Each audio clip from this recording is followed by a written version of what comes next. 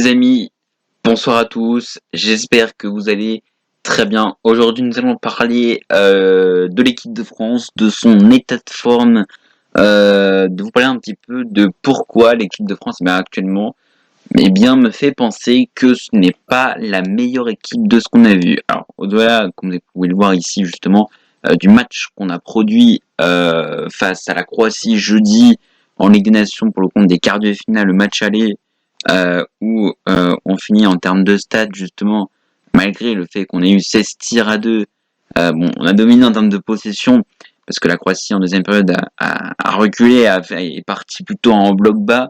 On a fait un match, mais calamiteux, une prestation qui ne reflète pas l'équipe. En fait, quand tu as dans cette composition, c'est l'équipe de France, la composition, à la fin de la composition, je me suis dit, nous verrons bien ce qui va se passer. Donc tu as Mike Maignan, Saliba, Konaté, Koundé, Digne, Rabiot, Tchouaméni, Guendouzi.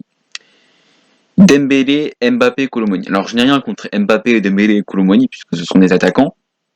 Mais comment tu peux avoir 7 joueurs qui sont à vocation milieu défensif?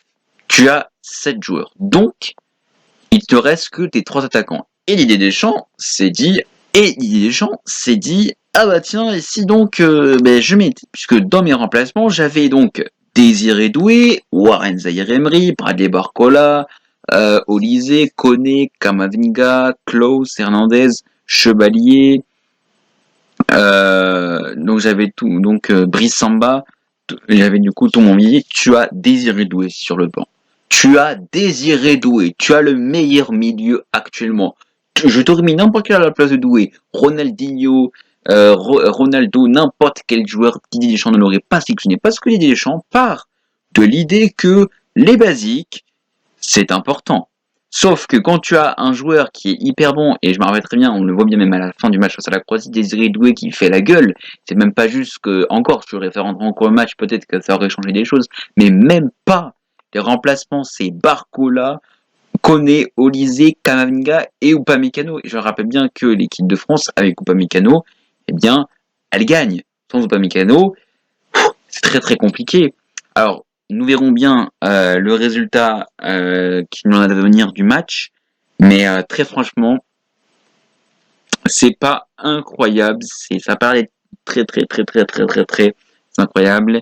Et évidemment bien, nous débrieferons ce match face à la Croatie, cette deuxième manche du coup face à la Croatie. Donc 2-0 match aller, il faut qu'on ait un France-Ukraine de 2013, malgré la possession, malgré qu'on ait bien joué face à la Croatie, surtout que quand tu as en face une équipe, donc Livakovic, Stanisic, Soutalo, Kaletačar, Gvardiol et surtout Kaletačar et Gvardiol qui sont excellents, avec Karamovic, Modric qui a trentaine quand même, Perisic, Baturina, Budimir, excellent, Kramaric, Kovacic, et quand tu attends des exploits individuels, non, ce n'est pas possible. Deschamps, va-t-on. Merci beaucoup.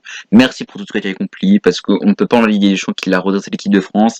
Il n'a pas permis de gagner, de gagner la Coupe du Monde 2018. Donc, Coupe du Monde 2018, finale de l'Euro 2016, vice-champion du monde 2022, gagnant de la Ligue des Champions, de la Ligue des Nations, excusez-moi, en 2021. Voilà, quoi. Huitième de l'Euro 2020 malheureusement face à la Suisse. Merci pour tout, mais à un moment donné, va-t'en, laisse place à Zinedine Zidane, laisse place à la nouvelle génération. Je sais que on verra en fonction du résultat qu'il y aura pas de changement, mais s'il y a pas de changement, ça va être très très long et on voit bien qu'il y a un désamour, puisque on rappelle bien que l'audience pour le match de foot entre la France et la Croatie a été de 5 millions de téléspectateurs.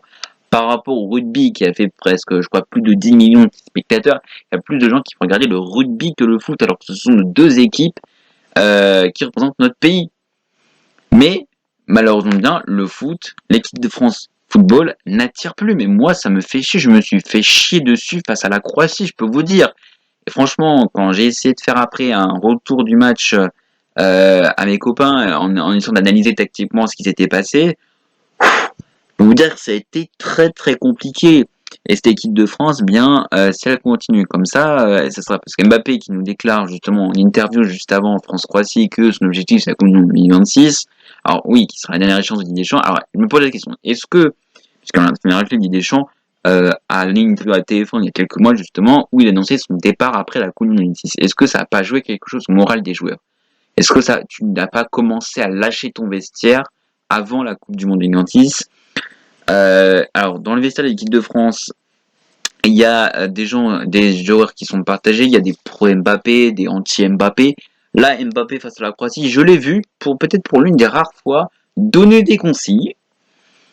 Donc, il a peut-être une petite remise en question. Nous verrons ce soir face à la Croatie. Mais donc nous verrons ce soir. J'espère que on va gagner, mais très franchement, je vois pas. Nous verrons le résultat, mais je vois pas l'équipe de France se qualifier. Je vois pas qu'on refasse. À part si on fait vraiment l'exploit de France-Ukraine de 2013, là je dirais bah franchement on est miraculeux, hein, vraiment. Nous verrons bien. Donc ce sera à suivre ce soir donc sur TF1 France-Croatie au Stade de France avec 80 000 supporters attendus, surtout après, je viens juste à rappeler, un Euro 2024 qui a été mais catastrophique. On n'a pas marqué un seul but dans le jeu. Or, il va dire le penalty de Mbappé qu'on a marqué durant l'Euro, mais à part ça, vraiment, je peux vous dire, notre équipe de France, elle a été très calamiteuse. Quand on regarde même là, je regarde Portugal, on a gagné au tir au but. Espagne, on a perdu 2-1. On a marqué un but d'entrée de match, on a fait un bon début de match, mais après, malheureusement, l'Espagne était très très bonne. Face à la Pologne, justement, c'est le match qu'on fait match nul alors qu'on pourrait pas le faire. Le but face à l'Autriche, c'est un but contre son camp. On fait 0-0 contre les Pays-Bas. Vraiment, on a vraiment été très très très chanceux. Mais on bien ce soir face à la Croatie. Bon match à tous et vive la passion du football! Soir, match décisif pour les Bleus en direct sur TF1. Après la déception du match aller, défi capital pour les Français. Il faudra un match énorme. Les hommes de Didier Deschamps devront montrer un autre visage et remonter leurs 2 buts de retard pour aller en demi-finale. Avec un effectif qui joue dans les plus grands clubs d'Europe, l'équipe de France a les armes pour se qualifier. Tous derrière les Bleus. Ligue des Nations, quart de finale retour, France-Croatie, ce soir à 20h35 en direct sur TF1 et en streaming sur TF1+. Ce programme est proposé en audio description.